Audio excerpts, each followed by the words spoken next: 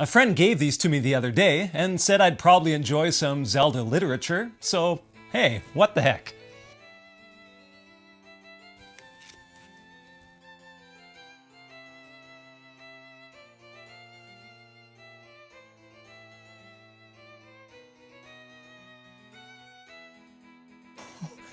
Oh, wow! The detail! Look at Link's emotion! Marvel at the accuracy of even the secondary characters! Link has never exuded more heroism! Zelda has never looked so beautiful! Are all Zelda stories this wonderful? Oh wow! A Link to the Past? That's even more classic than Ocarina of Time! I can't imagine how amazingly Link and Zelda will be portrayed here. Oh dear God! Oh, burn it! Burn it! Burn it with Din's fire!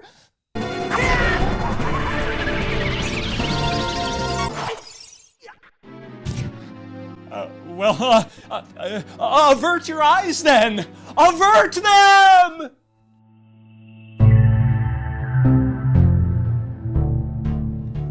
Hey, it's good to see you again, gamers. I hope you had a great weekend. Mondays really suck, so thanks for tuning into this little bonus hits and misses episode, and hopefully it'll help us bring a little bit more joy to start the week. My name is Shep from Gaming Introspection, and this episode is coming off the heels of my main content, the hits and misses of Ocarina of Time.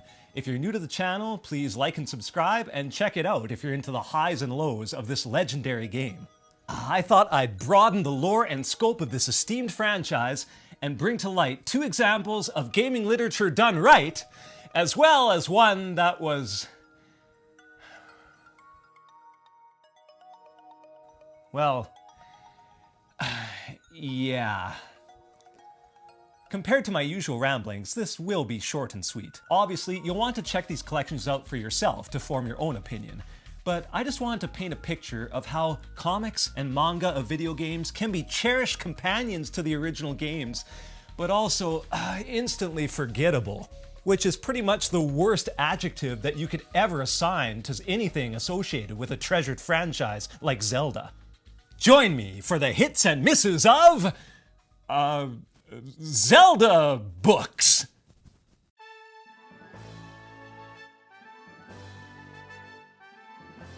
This series was written and illustrated by Akira Himekawa. First of all, it's just appropriate that this is split into a 2-part series. The first one mostly exploring Link's childhood up to the Temple of Time and the first trials of his adolescence, followed by the second part that tracks Link's teenage deeds as he closes in on the final battle with Ganon. I realized that in the game, you had to switch back and forth between child and adult Link, even in the later stages of the story. But this more linear approach works because there's a real sense of progression and build-up as the stakes start small, giving humor, Link's youthful energy, and character banter a chance to shine, before gradually increasing the action, tension, adventure, and set pieces that highlight the calamitous entity that is Ganondorf. Also in the game, there's a lot more emphasis on the adult Link events. More dungeons, more complicated plot twists, etc. The child years are more of a tutorial with a few exceptions.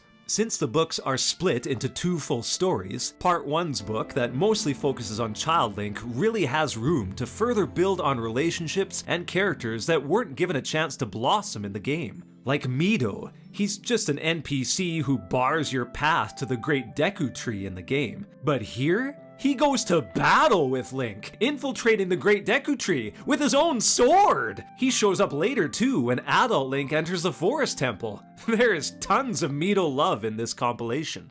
Saria and Link's obvious chemistry is more on display too. Look at them dancing and the obvious care for each other shown even in their eyes and expressions. There's some clever deviations and alterations. Instead of buying a shield at a store, which any Kokairi apparently could do, Link carves the one and only Deku shield from the remains of the Great Deku Tree following its passing. It's so much more meaningful here.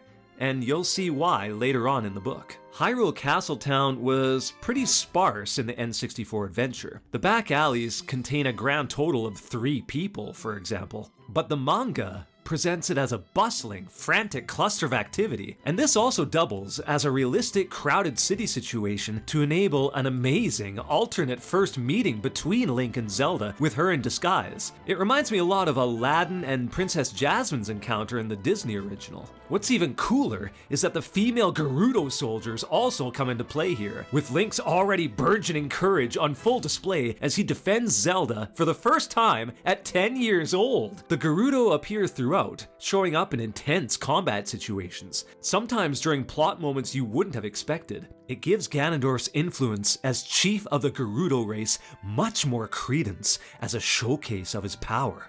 Speaking of enhanced roles, Sheik here is portrayed as a servant of Ganondorf, risking tons just to stay close to his plan. It really adds some drama and questions that make readers wonder how it'll turn out. This isn't just a straight retelling, which adds to the value. There's many other instances of this, like Nabooru physically joining Link back to the town's ruins as he wages his assault against the Dark Lord's castle. You really sense the emotional state of characters just from the quality expressions given by the artist. Look at Ingo, the corrupted farmhand. That's a face of utter psychosis right there. And this manga actually gives a reason for it, with the twin Rova witches being responsible for his cruel behavior. When Melon says her life stinks, you believe it. It's heart-shattering.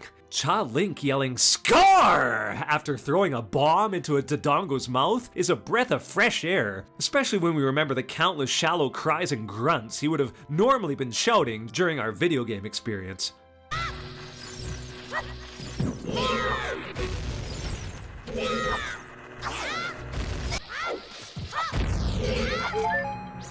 And when Link laments the time he's lost, it really hits harder than when Zelda banally states it as a fact within the ending of the game. I mean, he's mute in the games, so this is refreshing, seeing him show that humanity, that envy of others having 7 extra years to do whatever they wanted with. Obviously, there's not enough pages to venture into every dungeon with detail, which is probably for the best.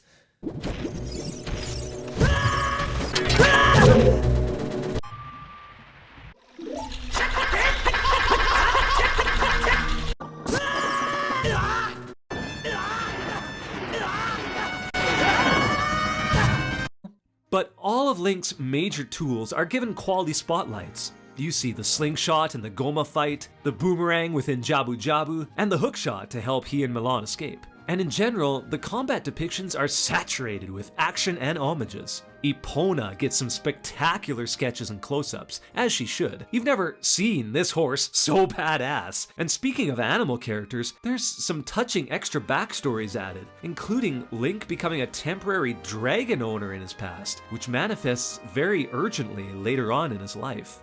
Not gonna spoil this one any further. Check it out for yourself.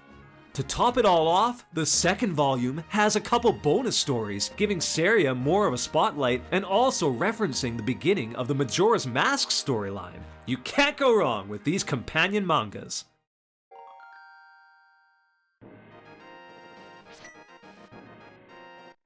So, A Link to the Past is awesome. There's not much debate about that. Its plot is as mature as any other Zelda, the aesthetic is still idolized for its clarity and everlasting quality, even its instruction booklet details the plot and illustrates its characters with passion and precision. So this should be the epitome of artistic splendor, right? Yeah, absolutely. Okay, get ready for the most amazing version of Link you've ever seen. Ready?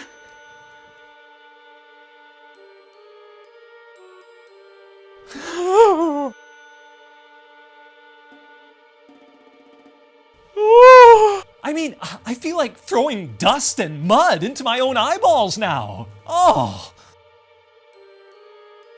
You know, maybe they treated Zelda better. She's the face of the franchise, after all. Yeah, let's see what kind of example we can find here.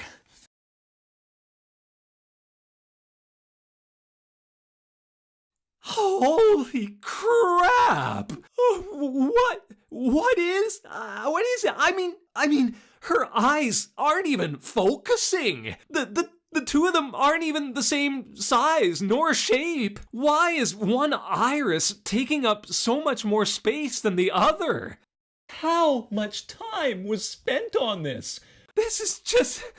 Oh my god, I can't get over how bad that is! It doesn't improve either. Here, Zelda looks like she's put on some weight and is actually just leisurely relaxing in this crystal that she's imprisoned in, as if there's no urgency whatsoever. I mean, given the context, shouldn't she be asleep? Or worried, fearful if she's conscious? Something like that? The poor sketches aren't the only problem. There's throwaway added characters like this eagle guy, Rome, who's trying to find the sacred arrow to destroy Ganon, and it's just so out of place and shoehorned in during the last few chapters of the book, so there's no time to make any real attachment. And again, he's so poorly illustrated and one-dimensional, no one's gonna give a rat's ass if he survives or dies or just ends up eating a cheeseburger by the end of the story.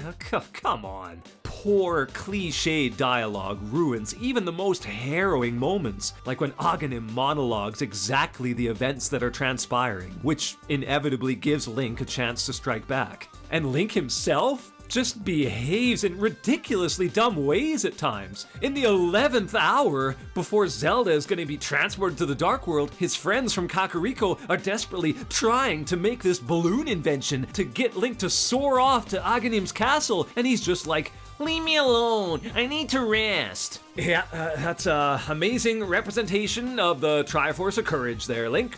Oh, first rate. You're a real inspiration. By the time you arrive at the conclusion, you're just prepared to be disappointed. And in this regard, that is exactly what you are granted.